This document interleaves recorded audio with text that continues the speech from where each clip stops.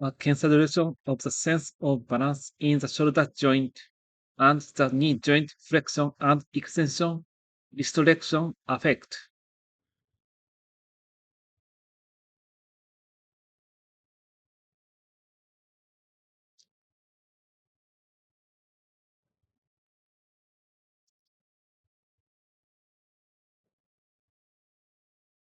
In the work of a judo therapist, knee joint injuries are a common condition that we encounter on a daily basis. There are various types of knee joint injuries, including those to the anterior and posterior cruciate ligament, medial and lateral collateral ligament, meniscus, and patellar tendon. Many elderly patients complain of pain on the inside of the knee joint, and I have heard that pain occurs when standing up from a sitting position. I have done my own research to find out how they are related. We also consider the causes of knee joint injuries.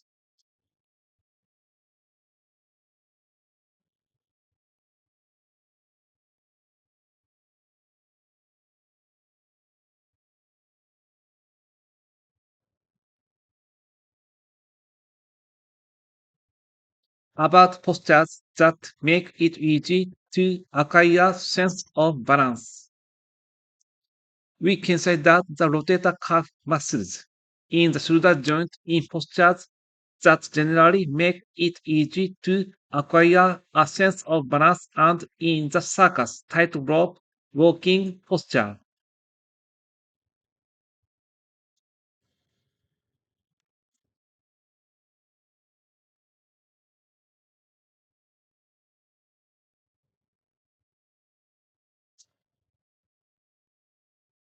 Experimental method 1 observations.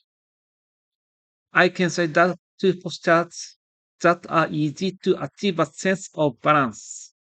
First, when standing on one leg with your eyes closed, you spread your arm and stick your chest out, which I think is easier to achieve a sense of balance.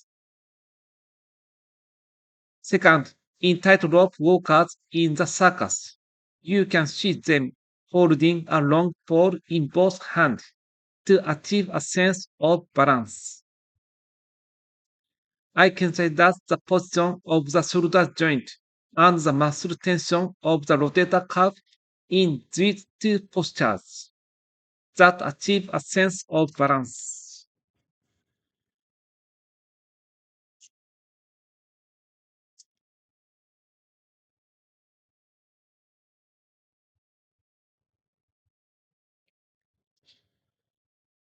Discussion.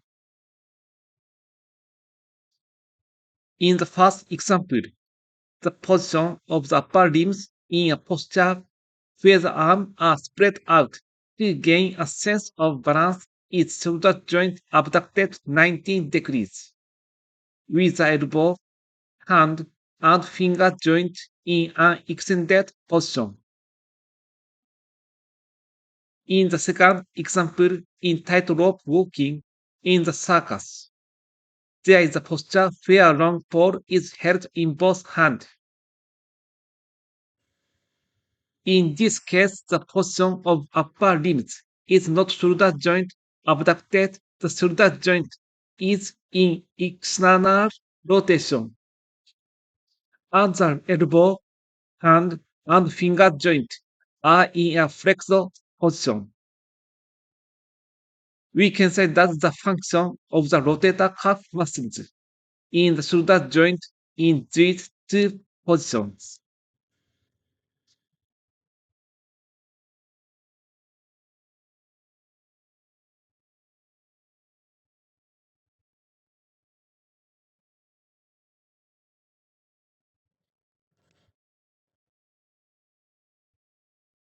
We will consider the supraspinatus, which is the shoulder abductor muscle.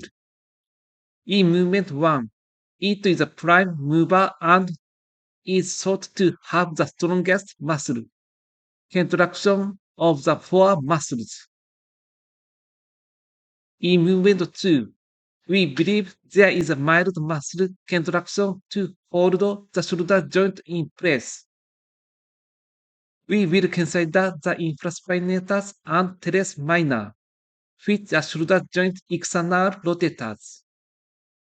In movement 1, we believe there is mild muscle contraction.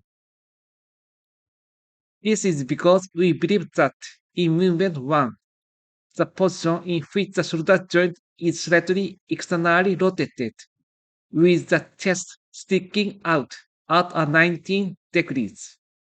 Abduction makes it easier to achieve a sense of balance. In movement 2, it is the prime mover that externally rotates the shoulder joint, so muscle contraction occurs.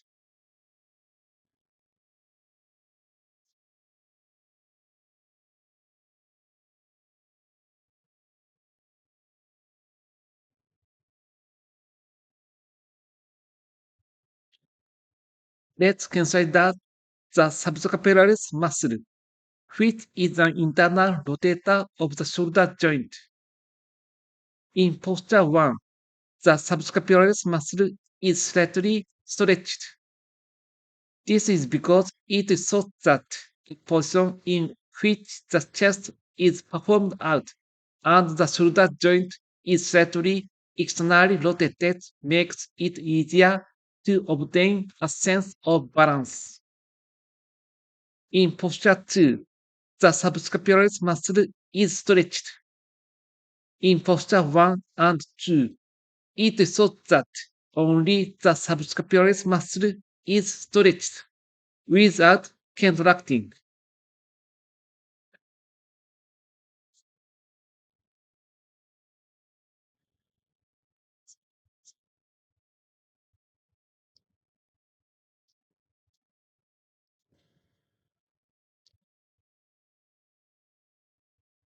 Consideration 1.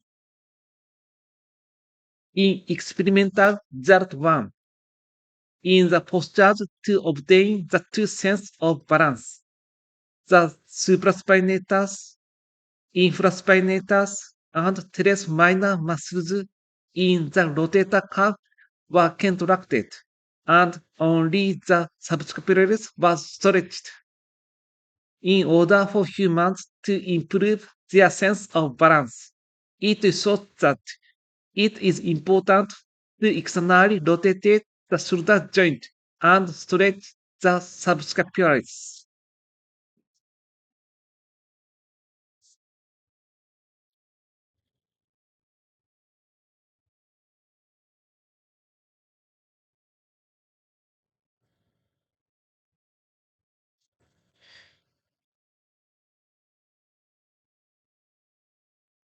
Experimental method 2. In the standing anatomical position, the subject leans against the wall with his back to prevent falling. The hip and knee joint of one leg are slightly flexed. The knee joint is flexed with the shoulder joint internally and externally rotated. The speed of the knee flexion and extension movement was compared.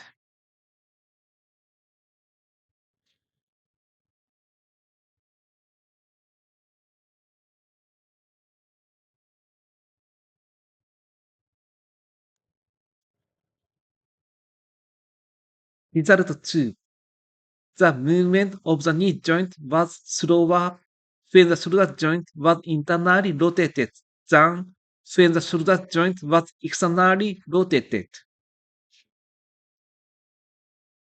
I found that the flexion and extension movement of the knee joint is inhibited when the shoulder joint is internally rotated.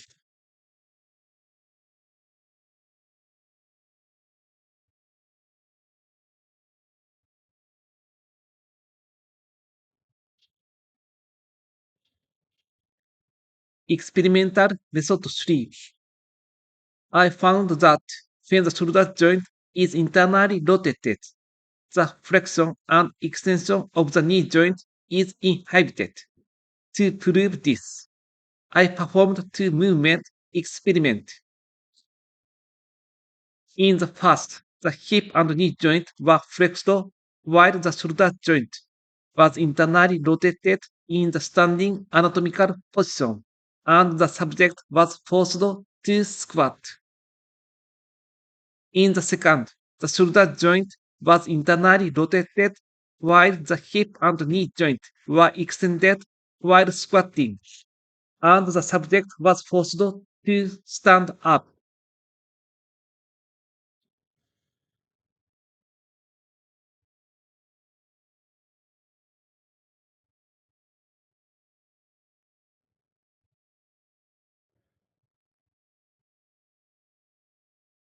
Result 3. In movement 1, inhibition occurred when bending the knee joint, preventing bending at an angle of about 60 degrees. In movement 2, inhibition occurred when extending the knee joint, preventing extension at an angle of about 60 degrees.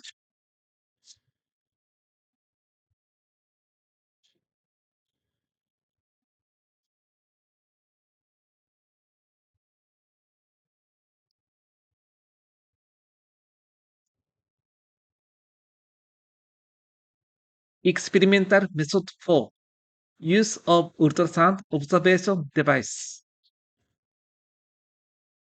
Based on the result of experimental 3, I investigated which muscles inhibit the movement of the knee joint when the shoulder joint is internally rotated. Bend the hip and knee joint while sitting in a chair.